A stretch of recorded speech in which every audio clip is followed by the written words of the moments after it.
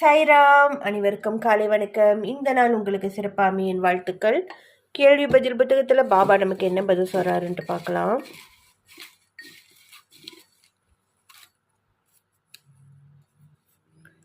103 பாபாவின் பதில்.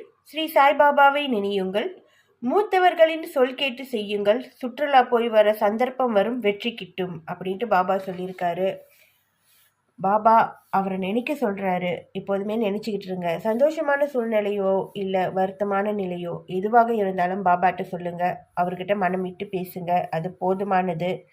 மூத்தவர்கள் சொல் கேட்டு நடக்க சொல்கிறாங்க. நம்ம வீட்டில் இருப்பாங்க அம்மா அப்பா தாத்தா பாட்டி. அவங்க சொல்கிறது நமக்கு சரியாக பட்டுச்சுன்னா அதை ஏற்றுக்கோங்க.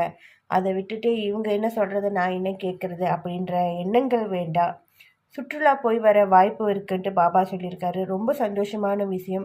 மன நிம்மதியோடு போயிட்டு வாங்க. பாபா எப்போதுமே துணையாக இருப்பார். ஓம் சாய்ராம்.